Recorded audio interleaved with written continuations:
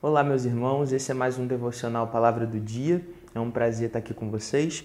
Para essa pequena reflexão de hoje, a gente vai ler um versículo que está lá na Epístola de Paulo aos Filipenses, no capítulo 4, o verso 8, que diz assim: Quanto ao mais, irmãos, tudo que é verdadeiro, tudo que é honesto, tudo que é justo, tudo que é puro, tudo que é amável, tudo que é de boa fama, se há alguma virtude e se há algum louvor, nisso pensai. Nós, como cristãos, sabemos que existe um desafio na nossa caminhada. A gente reconhece uma realidade reformada pela obra do Espírito Santo no nosso coração, à medida que a gente é feito cada vez mais parecidos com Jesus. Ao mesmo tempo, a gente enfrenta o desafio de dominar uma outra realidade, uma outra natureza de nós mesmos, né? A nossa carne. Aquela parte da gente que insiste em viver como nós vivíamos antes de reconhecermos e recebermos a salvação que Jesus tem pra gente. E talvez nessa luta, nesse embate entre essas duas realidades, manter os nossos pensamentos cativos, controlar os nossos pensamentos, direcioná-los e contê-los é provavelmente um dos maiores desafios. A gente, por vezes, se esforça para caminhar na direção de Jesus, mas então um pensamento rasga a nossa mente e nós pensamos, como eu posso ainda pensar isso? E a gente enfrenta esse desafio de pensar aquilo que não queremos. E nós sabemos que os nossos pensamentos, eles muitas vezes se traduzem em ações ruins, porque quando nós reforçamos um tipo específico de pensamento, isso pode levar a uma cadeia de ações também negativas. E o apóstolo Paulo, ele fala sobre isso nessa carta aos Filipenses e ele dá uma orientação bem clara. Ele diz naquilo que devemos pensar. A verdade é que, às vezes, a gente queria extinguir todos esses pensamentos, deixar a mente vazia. Na verdade, esse é até um mantra recorrente, né? Esvaziem sua mente, as pessoas gostam de dizer isso. A verdade é que a gente não pode deixar de pensar. A gente sempre pensa alguma coisa. O que o apóstolo Paulo faz é orientar a gente ao que pensar. Esse parece ser o movimento. Não crer numa utopia onde todos os pensamentos vão sumir, mas empreender um esforço para redirecionar os nossos pensamentos, reorientar, manter os nossos pensamentos cativos à palavra de Deus e à vontade de Deus. Então o apóstolo Paulo faz uma lista sobre quais são as características que os pensamentos daqueles que são discípulos de Jesus devem ter. E é interessante porque essa lista é um contraponto a todos aqueles pensamentos que nós tínhamos antes. Antes nós pensávamos no que é mentiroso, no que é desonesto, injusto, naquilo que é maculado, naquilo que é odiável, tudo que é de má fama, tudo que é desvirtuoso, tudo aquilo que é indigno de louvor. Mas agora o movimento que o apóstolo Paulo faz é: pensem na contramão disso tudo. Pensem naquilo que é amável, pensem naquilo que é verdadeiro, naquilo que é justo, naquilo que tem boa fama, nas coisas que são dignas de louvor. Pensem naquelas coisas que são orientadas por essa nova realidade de uma vida baseada em Jesus.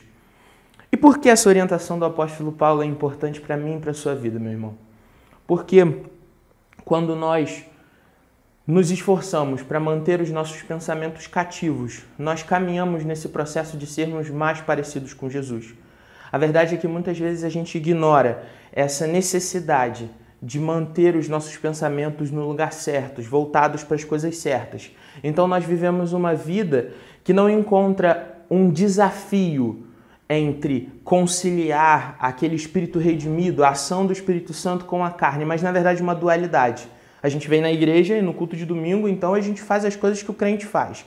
E no nosso dia a dia a gente vive como se nada disso existisse, como se o evangelho fosse uma coisa de domingo, como se a palavra de Deus pertencesse àquele dia da semana.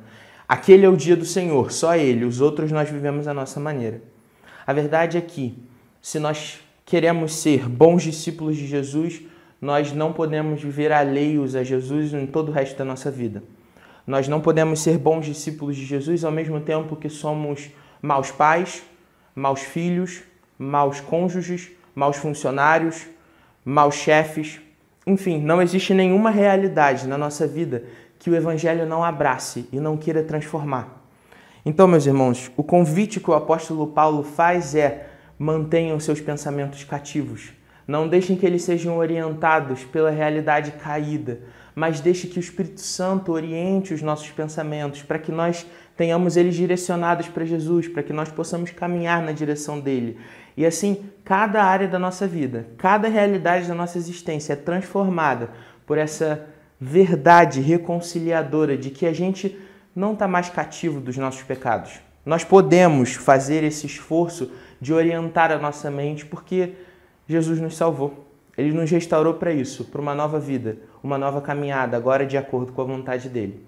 Então, meus irmãos, que nós possamos de fato fazer isso, pensar no que é bom, no que é verdadeiro, no que é digno de louvor, naquelas coisas que vêm do alto, nas coisas que estão alinhadas com a vontade de Deus. E assim, com certeza, nós vamos ter uma caminhada muito mais saudável, muito mais condizente com aqueles que foram chamados por Jesus. E que Ele mesmo, nosso Senhor, nos dê graça para que nós possamos fazer essas coisas. Vamos orar? Senhor Jesus, nós te agradecemos porque você se sacrificou no nosso lugar, nos reconciliou com o Pai e agora você nos dá a possibilidade de caminharmos na sua direção, Jesus. Nossos pensamentos, por vezes, ainda refletem essa realidade da nossa queda, da nossa natureza pecaminosa. Mas nós sabemos que o poder do Espírito Santo é suficiente para que nós nos esforcemos para lutar contra essas coisas, redirecionar os nossos pensamentos, mantê-los cativos à sua vontade, à tua palavra, à revelação da sua vontade. E nós pedimos, Jesus, nos capacita para fazer essas coisas, que nós possamos caminhar no nosso dia a dia, não desconectados da realidade do Evangelho, mas com ela bem arraigada no nosso coração, para que a gente possa, dia após dia, caminhar na sua direção, para sermos mais parecidos com você, para sermos reorientados a viver de acordo com a sua vontade e não com a nossa. Jesus, nós cremos que você tem poder para fazer isso, e essa é de fato a sua vontade. Você nos chamou para uma vida de santidade, uma vida na tua presença, e que a gente possa fazer isso por sua misericórdia e graça. Nós choramos no seu santo nome, Jesus. Amém. Amém. Até a próxima, meus irmãos, e que Deus nos abençoe.